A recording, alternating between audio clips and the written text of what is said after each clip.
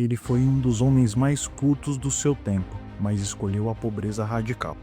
Um pregador tão eloquente que foi chamado de Martelo dos Hereges. Um santo tão poderoso que foi canonizado em tempo recorde, apenas 11 meses após a sua morte. Mas por que o doutor da igreja, nascido em Portugal, é conhecido no mundo todo como Santo Casamenteiro? Prepare-se para conhecer a história de Fernando de Bulhões, o homem que se tornou Santo Antônio de Pádua.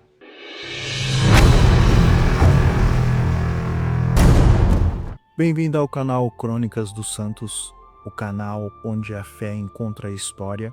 Aqui lembramos a vida de homens e mulheres que dedicaram tudo a Deus. Santos, mártires, missionários que transformaram o mundo com seu exemplo.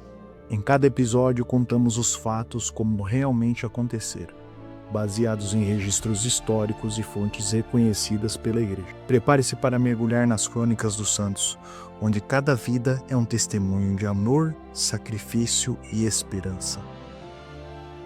A origem e vida de Santo Antônio. O homem que o mundo viria a conhecer como Santo Antônio nasceu em Lisboa, Portugal, no ano de 1195. Seu nome de batismo era Fernando Martins de Bulhões. Ele era filho de uma família nobre e influente, vivendo próximo à Catedral de Lisboa. Apesar da riqueza e das oportunidades que a vida mundana lhe oferecia, Fernando sentiu um chamado mais alto. Aos 15 anos, ele ingressou na Ordem dos Cônegos Regulares de Santo Agostinho. Buscando maior isolamento para o estudo e a oração, ele se transferiu para o Mosteiro de Santa Cruz em Coimbra, onde passou 8 anos de intensa formação. Em 1220, um evento mudaria para sempre a sua história. Os corpos dos primeiros mártires franciscanos mortos no Marrocos foram trazidos para Coimbra. Inspirado pelo testemunho radical desses frades, Fernando tomou uma decisão drástica. Ele deixou a ordem agostiniana e vestiu o hábito simples dos frades menores, adotando o nome de Antônio. Seu desejo era partir em missão e também dar a vida por Cristo. No entanto, uma grave enfermidade o forçou a retornar. No caminho de volta, uma tempestade desviou seu navio, levando-o a Sicília, na Itália. Foi assim que o frade português Fernando, renascido como Antônio, chegou à terra e se tornaria o palco do seu apostolado. O Sermão aos Peixes.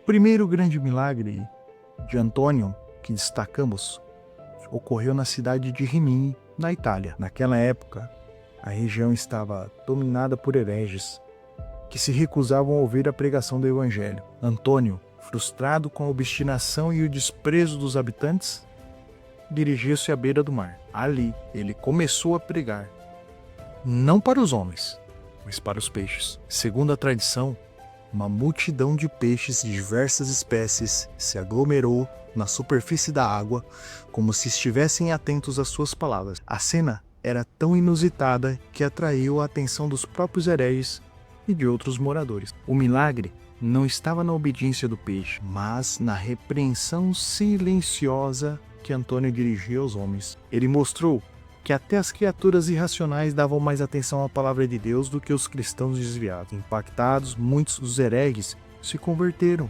e voltaram à fé católica. Este evento marcou o início da fama de Antônio como um pregador de poder divino. O milagre da mula e a Eucaristia. A defesa da fé de Antônio era tão fervorosa que lhe rendeu o título de Martelo dos Hereges. Em uma das suas pregações, um herege chamado Bonvilo desafiou Antônio a provar a presença real de Cristo na Eucaristia. O herege propôs um teste.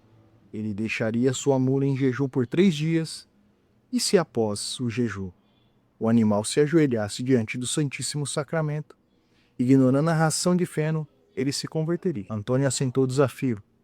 No dia marcado, a multidão se reuniu. O herege colocou a ração de feno de um lado e Antônio, segurando o ospensório com o corpo de Cristo, colocou-se do outro. Antônio disse à mula: "É em nome e pelo poder do Criador que eu, embora indigno, seguro em minhas mãos, digo-te, ó animal, e ordeno-te que venhas aqui e prestes homenagem ao teu Deus." A mula, ignorando completamente o alimento, caminhou em direção ao ostensório.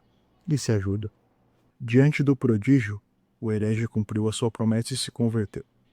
E a fé na Eucaristia foi reafirmada para todos os presentes. O livro roubado. Um dos milagres mais conhecidos, que deu origem à devoção de Antônio, como padroeiro de objetos perdidos, é o livro roubado. Antônio possuía um saltério, um livro de salmos, que era de grande valor para ele, pois continha suas anotações para aulas e pregações. Certa vez, um noviço havia abandonado a ordem e levou consigo este precioso livro. Antônio, ao notar a perda, não se desesperou, mas recorreu à oração. Ele orou fervorosamente para que o livro fosse recuperado e o noviço fosse resgatado. O poder de sua oração foi tamanho que o noviço, aterrorizado por uma aparição ou por um profundo remorso, não suportou o poder de sua oração. Ele retornou ao convento, devolveu o saltério a Antônio e, arrependido, pediu perdão e foi remetido na ordem. O livro recuperado e o noviço salvo. Este milagre ensina que, para Antônio, o resgate da alma era mais importante do que a recuperação de qualquer bem material. O milagre do pão. A caridade de Santo Antônio, especialmente para com os pobres, é a base da outra tradição duradoura, o pão de Santo Antônio. A origem desta devoção está ligada a um milagre ocorrido em Pádua. Uma mãe, desesperada, viu seu filho Tomazino cair em um poço e se afogar. Em sua angústia, ela invocou Santo Antônio, prometendo que, se o filho fosse salvo, ela daria aos pobres uma quantidade de pão equivalente ao peso da criança. O menino foi milagrosamente resgatado, vivo e ileso. A mãe cumpriu sua promessa e o milagre deu origem à obra do Pão dos Pobres de Santo Antônio, uma das maiores obras de caridades ligada ao santo. Até hoje, a distribuição de pão, como símbolo de partilha e providência divina, é um dos atos de devoção mais praticados em todo o mundo. O milagre da moringa quebrada. Em seus primeiros anos como franciscano, no convento de Montepaolo, Antônio vivia na mais profunda humildade. Ele não era conhecido por sua erudição, mas por sua obediência e serviço, sendo designado para tarefas simples como lavar a louça. Certa vez, um noviço quebrou acidentalmente uma moringa de vidro, um objeto de uso comum. Antônio, com a serenidade que lhe era peculiar, recolheu os cacos. Em um ato de fé e simplicidade, ele orou sobre os fragmentos. Diante dos olhos de todos, a moringa foi restaurada, voltando a ser inteira e perfeita.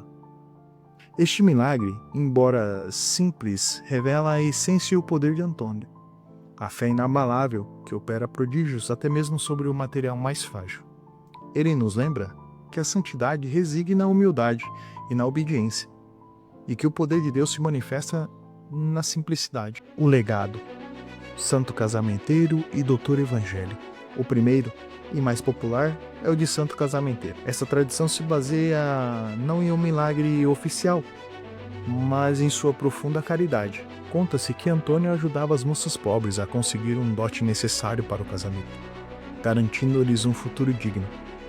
Seu foco era a justiça social, a dignidade da família e não a união romântica em si. O segundo título, e o mais importante para a Igreja, é o de Doutor Evangélico, ou Doctor Evangelicus. Este título foi concebido pelo Papa Pio XII em 1946 em reconhecimento à sua profunda ciência bíblica e teológica. A vida de Santo Antônio de Pádua é um testemunho que a verdadeira eloquência não está nas palavras, mas na santidade.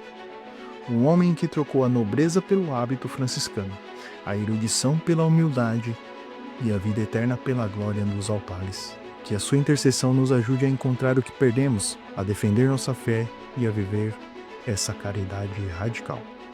Este foi mais um episódio do Crônicas dos Santos. Se você acredita que a fé move o impossível, curta, comente, compartilhe, se inscreva. Todas as semanas aqui relembramos as histórias que o tempo não apaga. Um grande abraço, Deus os abençoe.